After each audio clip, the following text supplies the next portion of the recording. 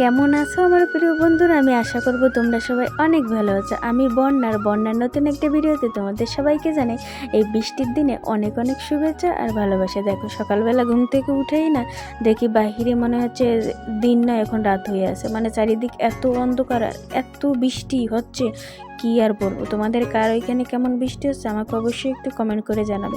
দেখো শুধু বৃষ্টি আর বৃষ্টি, আসলে 2-3 দিন ধরে আমাদের এখানে বৃষ্টি নেমেই আছে, তো থামার কোনো নামই নেই।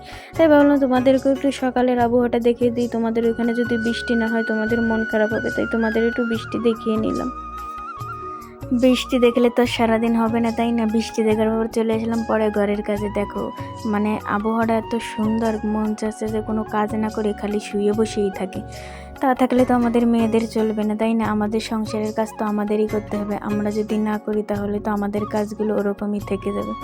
এখানে দেখো একটু মানে বিছনা গুছাই নিচ্ছি আর মাঝে মাঝে একটু ডান্স করে নিচ্ছি। আসলে কাজ করতে করতে গান শুনতে নাচতে অনেক ভালোই লাগে। মাঝে মাঝে এরকম ফাজলামি আমি করেই থাকি। তোমাদের কার কার আছে মানে কাজ করতে করতে গান শুনতে এবং নাচতে অনেক ভালো লাগে? আমার তো অনেক ভালো লাগে। কাজ করব, গান শুনবো, সাথে হালকা পাতলা একটু ড্যান্সও দেবো। তো এই আর কি। তারপরে দেখো এখানে বিছনাটা গুছাই নিয়েছি আর কত ঢং যে মুই করতেছি, হ্যাঁ আমি নিজেও জানি না। তো তোমরা আশা করি তোমরা সবাই আমার ঢঙের ভালোই লাগবে।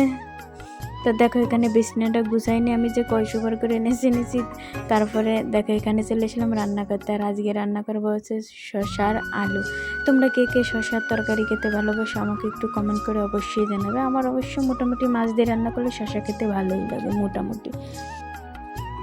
তো এখানে তরকারিটা রান্না করবো। অবশ্যই তোমাদের ওইখানে কারো এখানে কীরকম বৃষ্টি হলো না হলো তোমরা একটু কমেন্ট করে জানাবে। প্রথমে ভাবলাম কি আজকে বাহিরে এত সুন্দর বৃষ্টি হচ্ছে, খিচুড়ি রান্না করব, সবজি খিচুড়ি রান্না করবো, বৃষ্টির দিনে খেতে অনেক ভালো লাগবে।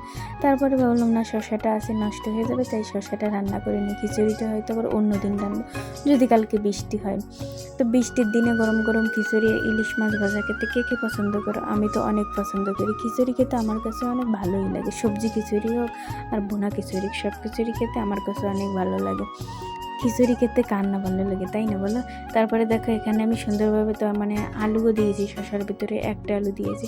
আর আলু তো আমার সব প্রিয়জনীয়। আর আলু এমন একটা জিনিস না, সব তরকারির ভিতর দিয়ে খাওয়া যায়। মোট কথা বলো কি, তুমি যাই কিছু রান্না করো না করো, সব কিছুর ভিতরে তুমি আলু দিয়ে খেতে পারবে। দেখো এখানে গল্প করতে করতে আমার রান্নাটা প্রায় হয়েই যাচ্ছে। আমার তরকারি মানে কষাই আর জল দিয়ে, তারপর দেখো আমি না সবসময় তেল দিয়েই রান্না করি, বাগার দিই। তারপরে দেখো এখানে আমি মানে আজকে শসা দিয়ে ডিম দিয়ে রান্না করবো। এখানে আমি আলাদা করে ডিমটা ভেজে নিচ্ছি। ভেজে নেওয়ার পরে না আমি ডিমটা ভেজে তরকারির ভিতর দিয়ে দিয়েছিলাম। তোমরা কে কে ডিম দিয়ে শসা দিয়ে খেতে পছন্দ করো আমাকে অবশ্যই জানাবে। আর ভিডিওর ভিতরে যদি কোথাও কোনো ভুল ত্রুটি হয়ে থাকে অবশ্যই আমাকে একটু কমেন্ট করে জানাবে, যাতে পরবর্তীতে এরকম ভুল আর হবে না। আর অবশ্যই সবসময় বন্ধুরা তোমরা একটু সাপোর্ট ভালোবাসা দিয়ে যেও। তোমরা একটু আমার ভিডিও দেখে লাইক কমেন্ট একটু সাপোর্ট একটু ফলো করে যেও, যাতে আমার পরবর্তীতে ভিডিও করতে আরও উৎসাহ জাগে, তাই না বলো? দেখো এখানে আমি মানে ডিমটা ভাজার পর তরকারির ভিতর দিয়ে দিচ্ছি আর আমার রান্নাটা প্রায় হয়েই গেছে। তো অবশ্যই আমার ভিডিওতে একটু লাইক কমেন্ট করে যেও বন্ধুরা। ভিডিওটা শুধু দেখে যাও না, একটু কমেন্ট একটু লাইক করলে না মনটার ভিতর অনেক শান্তি লাগে। তো তোমরা ভালো থেকো।